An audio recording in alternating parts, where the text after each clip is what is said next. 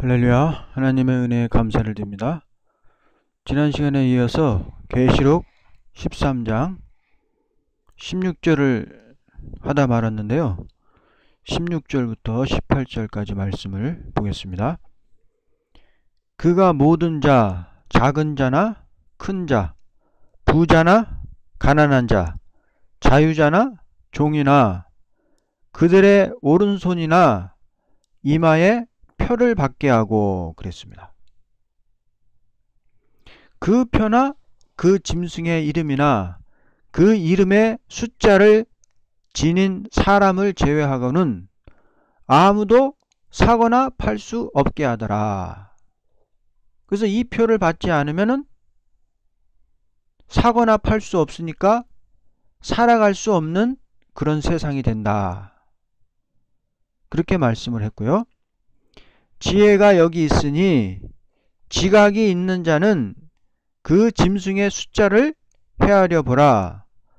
그것은 한 사람의 숫자이니 곧 666이니라 그랬습니다.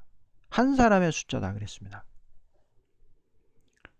그래서 이것은 거짓 선지자가 나오는데 이 거짓 선지자가 나와서 누구든지 오른손에나 이마에 표를 받게 하고 표를 받은 자 외에는 매매를 못하게 하니 이 표라는 것은 666인데 이 6이라는 것은 마귀의 숫자입니다. 마귀의 숫자인데 7이 완전한 수고 완전하신 하나님을 상징한다면 이 마귀는 하나님에 미치지 못하는 숫자 6인데 최고의 마귀 세력이 강하게 일어나는 그런 시대가 짐승이 통치하는 시대인데 이 짐승이 통치하는 시대는 용과 짐승과 거짓 선지자가 합하여서 다스리는 그런 때가 마지막 시대다라는 것을 가리켜서 666이라고 가리켰습니다. 그래서 이 666의 비밀이 말씀 안에 다 들어가 있어요. 666이라는 것은 뭐냐면은 오늘날 무슨 세상에서 말하는 것처럼 무슨 표를 받고 무슨 칩을 받고 그런 게 아니에요. 성경에 분명히 나왔잖아요. 마지막 때는 용이 나오고 그 용이 자기의 권세를 짐승에게 주고 짐승이 또 그 권세를 거짓 선지자에게 줘가지고 이 세 세력 용과 짐승과 거짓 선지자가 합해서 통치하는 그런 세상이 마지막 후 3년 반에 짐승 통치 시대라는 것을 말씀을 했잖아요. 근데 이 666을 무슨 표다, 무슨 칩이다, 무슨 바코드다 막 이렇게 말해버리면은 성경하고는 전혀 맞지를 않는 것입니다. 다 인간의 생각으로 자기네들이 마음에 떠오르는 생각대로 함부로 막 말을 해버려요. 그것이 진리에 부합되지도 않는 소리라는 것을 모르면서 막 말하는 것은 그것 자체가 바로 성경을 가감하는, 그래서 성경을 가감해가지고 이 혼란한 연결을 만드는 그런 원인이 된다는 것을 우리는 알아야 됩니다. 자, 첫 번째 뭐가 나오냐면 계시록 12장 3절에 붉은 용이 나온단 말이에요. 하늘에 또 다른 표적이 나타났으니 보라, 커다란 붉은 용 한 마리가 있는데 7머리와 10뿔이 있고 그 머리들 위에는 7 왕관이 있더라 그랬습니다. 그래서 이 붉은 용의 역사가 나오는데 이 붉은 용은 마지막 때 하나님의 종을 나오지 못하도록 역사하고 그 종을 통해서 나오는 교회를 해치려고 역사하는 게 붉은 용이라는 것을 12장에서 말씀을 해주고 있습니다. 그런데 이제 이 용이 하나님의 종을 마지막 하나님의 역사할 14만 4천의 종을 해하려고 했는데 삼키려고 했는데 삼키지 못하고 그 종들이 12장 5절에 하늘로 올라가니까 또 그 종을 통해서 나온 그 종의 말씀을 듣고 이 종들이 3년 반을 전 3년 반을 세상에 나가서 예언을 하는데 그 종이 예언할 때 나온 교회들 마지막 초대교회죠.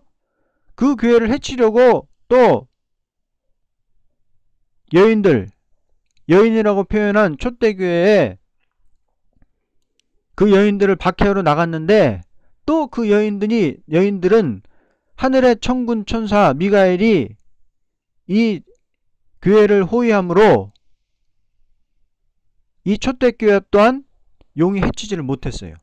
그래가지고 분노해가지고 여인의 씨 가운데 남은 자들 하나님의 계명을 지키며 예수 그리스도의 증거를 가진 아직까지 초대교회에 나오지 못하고 음욕교회에 있는 그런 성도들과 싸우려고 나가더라. 그렇게 12장 17절에 말씀을 했죠. 그래서 이제 하나님의 종들은 죽어가 됐고 초대교회에 모인 성도들은 천군 천사 보호 아래 호위 아래 예비처에서 보호를 받고 있고 그러니까 이 세상은 지금 완전히 용의 권세를 받은 짐승과 그리고 거짓 선지자들만 남았단 말이에요. 거짓 목사들이 목회하는 교회만 남았단 말이에요. 그래서 이것이 남은 교회가 11장 2절에 말씀한 성전 방마당만 밟고 있는 이방교회인데 음력교회인데 그래서 이 음력교회는 13장에서 완전히 이방인들에게 밟힌다. 밟히는 것은 뭐냐? 짐승에게 다 경배하고 하나님을 믿는다고 하는 사람들이 거짓 선지자의 미혹에 속아가지고 짐승에게 다 절하고 666표를 받는 그런 세상이 된다. 그렇게 말씀을 한 겁니다. 그래서 붉은 용이 하늘에 전쟁이 있어가지고 땅으로 쫓겨 내려왔는데 그 붉은 용이 이제 짐승을 세운단 말이에요. 13장 2절에 또 내가 본 그 짐승은 표범과 같고 이 사람은 아주 그냥 자기를 아름답게 막 사람들 앞에 정말로 가장 아름답고 선하고 그렇게 자기를 막 나타나는데 속은 사람을 잡아먹는 표범과 같은 그런 사람이다. 그래서 이 사람은 곰에 밟아갖고 막 강탈적인 정책을 쓰고 입은 사자의 입 같은데 사자의 입 같다는 것은 무자비한 정책을 막 써가면서 통치를 하는 사람인데 이 사람이 왜 이렇게 됐냐? 용이 자기의 능력과 자리와 큰 권세를 그 짐승에게 주더라. 그런데 이 사람이 보니까 7머리와 10뿔이 있다 그랬어요. 12장 3절에 용이 7머리와 10뿔이 있다 그랬는데 이 짐승도 7머리와 10뿔을 가졌다는 것은 뭐냐? 마귀가 이렇게 자기의 능력을 이 짐승에게 다 줘가지고 이 사람의 마음을 완전히 사로잡고 마취를 시켜가지고 자기의 한 도구로 쓰는 붉은 용과는 일체적인 관계를 가진 사람이 짐승이 적그리스도가 나온다 라고 그렇게 말씀했습니다. 이 짐승이 이제 온 세계를 다스리는데 이 짐승이 누구를 또 쓰냐? 거짓 선지자를 쓰는 거예요. 14절에 그가 짐승 앞에 행할 권세를 받아 그랬습니다. 이게 또 거짓 선지자가 10일 나오는데 11절에는 뭐라 그랬냐, 다른 짐승이 땅에서 올라오는데 어린 양과 두 뿔을 가졌는데 용과 같이 말하더라 그랬습니다. 이게 거짓 선지자인데요. 이 사람이 짐승에게, 이 거짓 목사들이 이제 앞으로는 종교가 통합이 돼가지고 천주교하고 기독교가 통합이 돼가지고, 통합이 되면 이제 하나님의 종을 뭐 신부라 그럴지 목사라 그럴지는 지금 뭐 직제 일체 운동이 일어나가지고 천주교 기독교가 이제 통합이 되면은 이제 명칭이 통합이 되겠죠. 이제 목사라 그러든지 신부라 그러든지 그렇게 통합이 될 텐데, 그런 목사들이, 신부들이 나와가지고 어린 양처럼, 새끼 양처럼 가장을 한단 말이에요. 가장을 해가지고, 실제는 어린 양이 아닌데 가장을 해가지고, 어린 양이 두 뿔을 가졌다는 것은 거짓을 말하는데, 이 사람이 무슨 말을 하냐, 용의 말을 한단 말이에요. 용의 말을 해서 짐승을 섬기도록 한단 말이에요. 자, 용이 짐승에게 자기의 권세와 자리와 능력을 다 줬죠. 그래서 용의 지배를 받아서 이 짐승이 세계를 통치를 하는데, 누구를 쓰냐, 이 거짓 목사들을 쓴단 말이에요. 거짓 신부들을 쓴단 말이에요. 거짓 선지자들을 써가지고 무슨 말을 하냐, 마귀 말을 해버려요. 용의 말을 해버려요. 그래서 온 세상을, 이 땅의 교회를 완전히 짓밟아버린다. 그래서 하나님을 믿는 사람들이 하나님을 섬기는 것이 아니라 짐승을 섬기도록 이 거짓 목사들이 속인단 말이에요. 그게 미혹이란 말이에요. 마지막 때 미혹은 이 하나님의 종들이라고 하는 사람들이 나와서 하나님을 섬기는 것이 아니라 마귀를 섬기도록 역사하는 게 마지막 역사란 말이에요. 마지막 미혹이란 말이에요. 그 용이 뭐냐, 에덴 동산에서 아담을 미혹했던 그 용이에요. 그 뱀이 그 용이란 말이에요. 이 용이 옛날에 에덴 동산에서 아담을 속여가지고, 하와를 속여가지고 인간이 저주받게 만들고, 만물이 저주받게 만들고, 온 세상이 저주받게 만들어서 인간이 태어날 때부터 그 죄의 유전을 받아가지고, 태어날 때부터 더러운 인간성, 죄악성을 가지고 태어나가지고 살아가면서 죄짓고 그렇게 고통 가운데 빠지게 만들었던 그 뱀이 이 지금 계시록에 나오는 그 용이란 말이에요. 그 뱀이 인간을 이겨서 변화돼가지고 용이 돼서 하늘에 자리를 차지하고 공중권세를 잡고 온 세상을 미혹하고 다스리는 그런 역사를 하는 게 전부 이 마귀의 역사란 말이에요. 그래서 이 땅의 모든 문화, 모든 예술, 마르크스를 통해서 그 무신론 사상이 나오고, 유물론 사상이 나오고, 포스트 모더니즘 사상이 나오고, 진화론적인 사상이 나오고 하는 모든 그 역사를 이 공중에서 자리 잡고 있는 마귀가 하는 짓이란 말이에요. 그 마귀의 역사를 통해서 그런 유물적 사상, 진화론 사상, 포스트 모더니즘 같은 사상, 이런 모든 세상의 풍조가 교회에 밀려들어 가지고 교회가 세상에 그런 악의 피해를 받아 가지고 점점 사람들이 신앙을 잃어버리고 믿음을 잃어버리고 진리 사상을 잃어버리게 만들어서 결국은 교회를 무너뜨리는 것이 이 용의 역사란 말이에요. 그 용의 역사인데, 그 짓을 하게 하는 게 오늘의 WCC고 오늘의 종교 통합 운동이고 오늘의 기독교 거짓 선지자가 하는 그런 역사란 말이에요. 그래서 이 짐승이 거짓 선지자에게 권세를 줬는데, 이 거짓 선지는 누구냐? 음료라 그랬어요. 계시록 17장에 이 음료에 대해서 말씀을 하고 있는데, 17장 1절 보겠습니다. 또 7 호리병을 가진 7 천사 가운데 하나가 와서 나와 대화하며 말하기를, 이리 오라. 많은 물 위에 앉은 그 창녀, 제가 가진 이 성경은 창녀라고 해놨습니다. 제가 가진 성경은 제가 한글 킹제임스 성경을 보고 있는데요. 큰 창녀의 심판을 내게 보이리라. 마지막 때 세상은 이 큰 음녀가 다스리는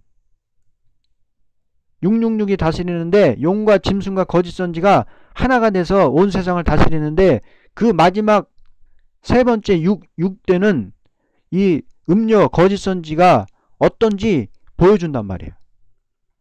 땅의 왕들도 그녀와 더불어 음행하였고 땅에 사는 자들도 그녀의 음행의 포도주에 취하였도다. 그랬습니다. 그래서 이것은 온 세상하고 이 여자가 음란한 짓을 하는데 온 세상 땅의 왕들도 이 음녀와 더불어 음행을 하고 그 음행의 포도주에 취하였다. 포도주에 취하였다는 것은 그 거짓 선지자가 가리키는 그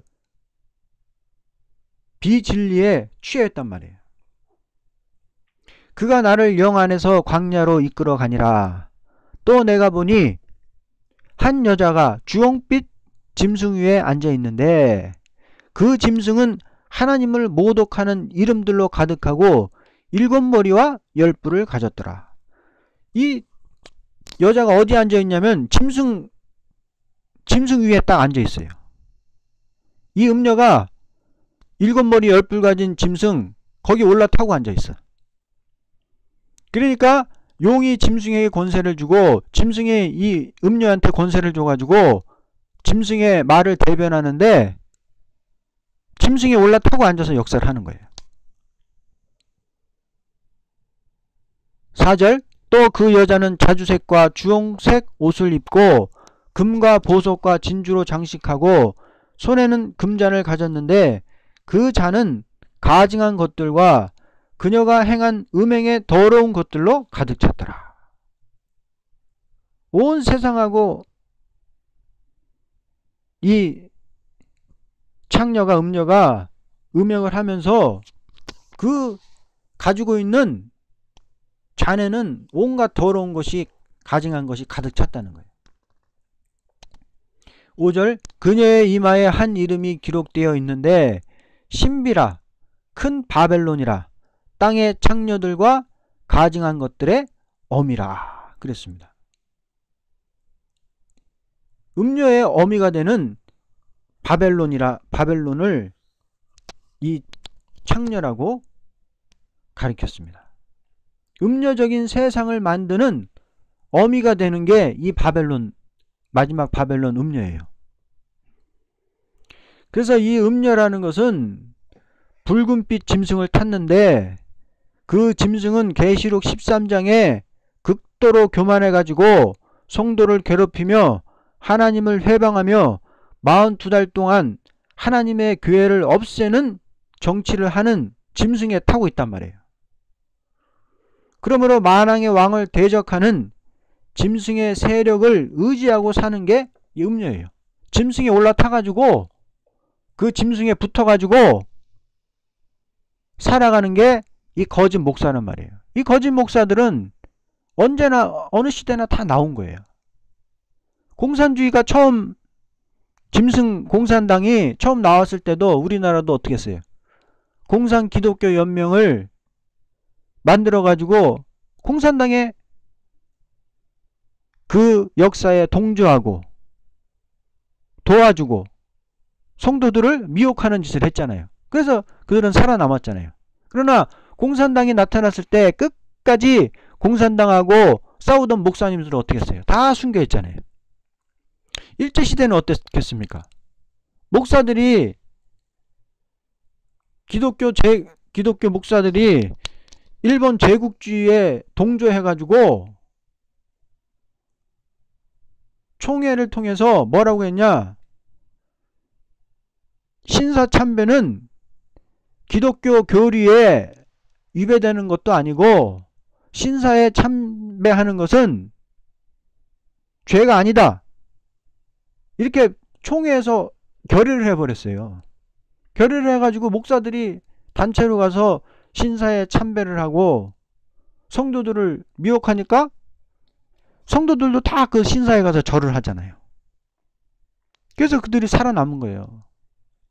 그래서 일본 제국주의들이 전쟁을 하고 있는데 성도들이 바친 헌금을 다 모아가지고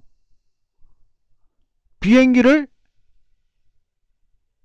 값을 일본 놈들한테 가서 헌금을 갖다가 바치고 그렇게 마귀 역사를 한 것이 이 목사들이란 말이에요. 그게 바로 거짓 선지의 뿌리란 말이에요.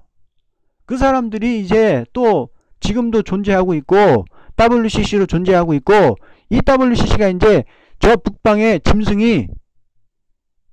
짐승이라는 건 정치 지도자인데 세계를 통치할 짐승이 저 러시아에서 이제 앞으로 나오는데, 그 러시아에서 그 짐승이 나오면은, 이 적그리스도가 나오면은 이 음력 교권이 또 그 짐승한테 딱 붙어버린단 말이에요. 왜? 그 짐승이 큰 권세를 차지하니까. 온 세상을 다스리는 큰 권세를 차지하고, 오늘 13장 2절처럼 강압적으로 세상을 막 통치하거든요.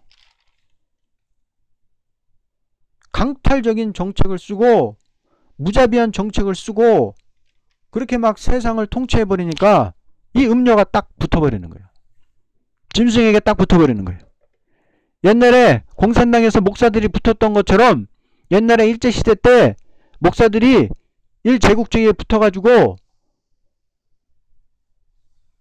신사 참배하는 것에 싸운 게 아니라 붙어가지고 온 성도들을, 교회 성도들을 다 미혹시킨 것처럼 마지막 때 나오는 이 음료 교권도 짐승에게 딱 붙어버린단 말이에요. 붙어가지고 짐승의 말을 대변하면서 짐승에게 하나님이다, 절하라, 막 능력과 과학적인 이적과 기사와 능력을 막 행하면서 교황 같은 사람이 나와가지고, 큰 지도자가, 교권의 지도자가 나와가지고 절하라 하고 짐승이 하나님이라고 하고 짐승을 딱 세워놨는데 짐승이 막 형상이 막 말을 해요. 마술적인 과학적인 그 능력으로 막 형상에서 막 무상이 막 말을 하는 그런 일을 막 하게 하는 거예요. 그러니까 온 세상 사람들이 그 짐승에 막 절하는 때가 이 마지막 대환란 때라는 것입니다. 그래서 짐승의 세력을 의지하고 사는 게 이 음녀인데, 그 이름이 바벨론이라고 그랬어요. 음녀적인 세상을 만드는 어미가 됐다 그랬습니다. 그래서 세상을 창조한 분이 우리 하나님이고 이 세상의 만왕의 왕이 될 분이 우리 예수님인데, 하나님을 대적하고 예수님을 대적하는 짐승과 하나님을 믿는다고 하는 사람들이, 종이라고 하는 사람들이 예수님을 대적하는 짐승과 협상을 했으니 바로 그게 음녀라는 거예요. 예수님을 대적하는 사상, 유물적 사상, 진화론적 사상으로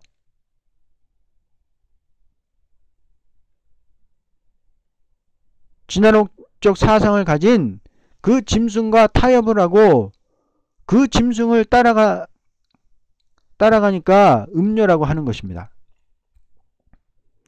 그런데 그 짐승하고 음란한 짓을 하는데 그치는 게 아니고 온 세상을 짐승에게 갖다 붙이는 그런 짓을 하는 게 이 음녀의 어미라는 소리예요. 그래서 이 세상이 망한단 말이에요. 그래서 심판의 대상자다. 그러니까 협상주의라는 것은 그게 바로 음녀의 어미라는 거예요. 어떤 부인이 있는데, 남편이 있는데 이웃집 김서방하고 연애 걸도록 소개해준다면 그게 음녀 애미란 말이에요. 음녀 어미란 말이에요. 세상의 모든 나라에 있는 모든 교회들, 이 음녀 세상이 이제 되면은 세상의 많은 교회가 이제 아직도 초대교회에 들어가지 못한 세상에 모든 교회가 남아있겠죠? 그 교회를 하나님께 인도하지 않고 짐승에게 전부 인도해가지고 절하게 만들고 섬기게 만들기 때문에 이게 음녀의 엄이란 말이에요. 음녀의 엄이. 온 세상을 미혹해서 하나님에게